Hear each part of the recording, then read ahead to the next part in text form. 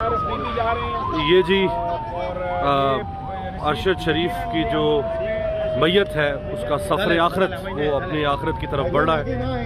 Ambulance में अरशद की dead body को जो कार्गो इंटरनेशनल कार्गो अराइवल है वहाँ से अभी इस्लामाबाद की तरफ ले जाया जा रहा है।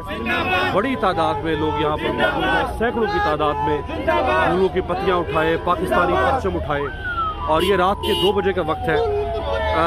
लोग निकल आए बाहर। मेरे लिए ये ताज्जुब की बात है, हैरत की बात है कि लोग एक सहाफ़ी के लिए इस तरह बाहर कैसे निकल सकते हैं। ख़वातीन हैं, इस्लामाबाद पिंडी के लोग हैं, और इनमें से यकीन कीजिए